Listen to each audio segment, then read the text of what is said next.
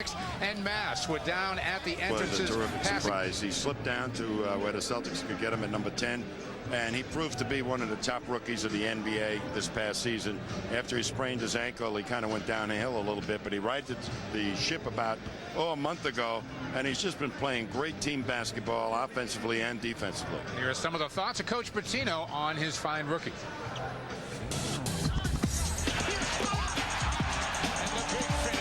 Paul Pierce, the sky's the limit. What I love about him is he's a basketball player. He's not what you see today in a lot of basketball players where they're just great athletes. They can run. This young man can pass it. He can drive it. He can catch it and shoot it. Pierce takes the three. Yes,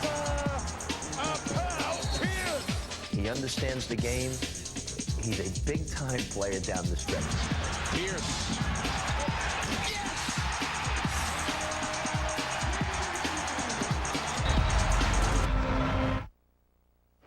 This is Paul Pierce of the Boston Celtics. We'd like to thank all you guys for coming out and supporting us this year. Thanks a lot.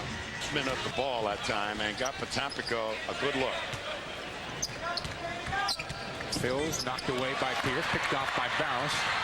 Dana pulls up outside the line and hits a three. So off the Chucky Brown miss.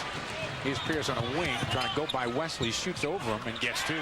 Gets it to go, and Dana better shooting games. And he got right into that aspect, and they should have worked themselves into the offense. See getting looked at by Eddie Lasser, looked like some sort of a groin injury. Paul Pierce gets two down low. Scored in the game, and we're tied at 15. Pierce. A quick six for Paul. Yeah, and Phil's a pretty good defensive player. And you know, he'd still get his 20 points. Pierce to the basket. And I think he learned an awful lot. Oh, nicely done. Nicely done. Pierce. For two. Oh, what a shot. And looking group. And if that happens, you know, I don't know if Paul, what he's feeling. Celtics have Barros, Walker, Pierce, McCarty, and Mercer back on the floor, so they've got their starting five, or what would be their starting five right about now, and Pierce is up there big for the follow. I think they coach Paul Silas, and a win here will make them 26 and 24, which is pretty impressive after their 4-11 start. Now they are on one end, and Chucky Brown misses at the other. He will be 30 years old next year. He's 29 right now. That's what you're going to need to have in order to develop a team. Paul Pierce. 18 for Paul. Deep breaths. Bring yourself down a notch. Like that. But we don't need young players right now. We need this team to mature. You know, it was a real shame for this season is that Popeye established pro, a real leader type. But he's taking steps up the ladder of leadership. Celtics need a couple of threes here. Pierce with the first one. Gets the bounce. And quickly. They didn't want him to take the shot, and it's Pierce. Perfect position, launches, and he gets the bounce as that thing went high up above the backboard. Look at this. That did go high. Went out of the picture. 24 on 10 of 16, shooting to go with 7 rebounds. And Rick Pitino knows that Paul Pierce is a driven player. The thing I like about him is he's got that PhD I always talking about, and I'm not talking in economic terms. He's poor, hungry, and driven to get better. And I love that about Paul. He wants to win badly. He wants to improve. He's got to become a better listener. By that I mean Tony Battie, Antoine in his early stages in college, Paul Pierce, all the little technical things at the late stages of a game he's got to focus in on.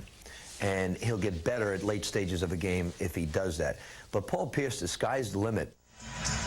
Let's take a look at Paul's numbers as the year has gone by. You'll remember that ankle sprain really caused him problems early in the season, and he started off with that great February, and then in March, that's when the ankle sprain was a problem. But in April and May numbers, he is right there with Vince Carter as the best rookie in this league. Yep, and he's going to be a sensational player, and he gives you a total game, rebounding, defense, passes the ball, shoots it, threes, takes it to the hoop. Shot clock's off. There it is. Pierce. Got it.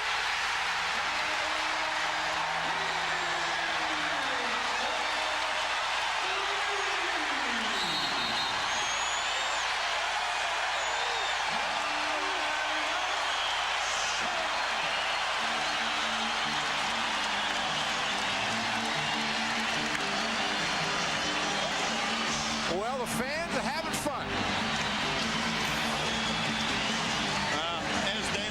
Head up and spots Pierce down the sideline and knows that some big guy's going to have to come out and play him. And there's an unhappy Paul Silas as, let's take a look at it, as this is when you catch them unawares, as Miller's the guy that, the first guy back, had to pick up Pierce, and he didn't want to go out there and play him. There's a happy Paul Pierce, and well, he should be. Well, this is the part of this kid's game that, I mean, I had no clue about when he came in. I had no idea that he could be this good at three-point shooter. He's emerged as the best three-point shooter on this team. They get inside to Pierce. Pierce turns on his man, takes it in traffic, kicks it out. Walter with time. Got it. And overtime. Celtics control the tap. Here we go. Pierce over the top. Antoine in close this time, and he gets two. Barros has to try to stop Jones. Jones, the fall away. No rebound. Miller again. Had it blocked. Picked off this time by Walker.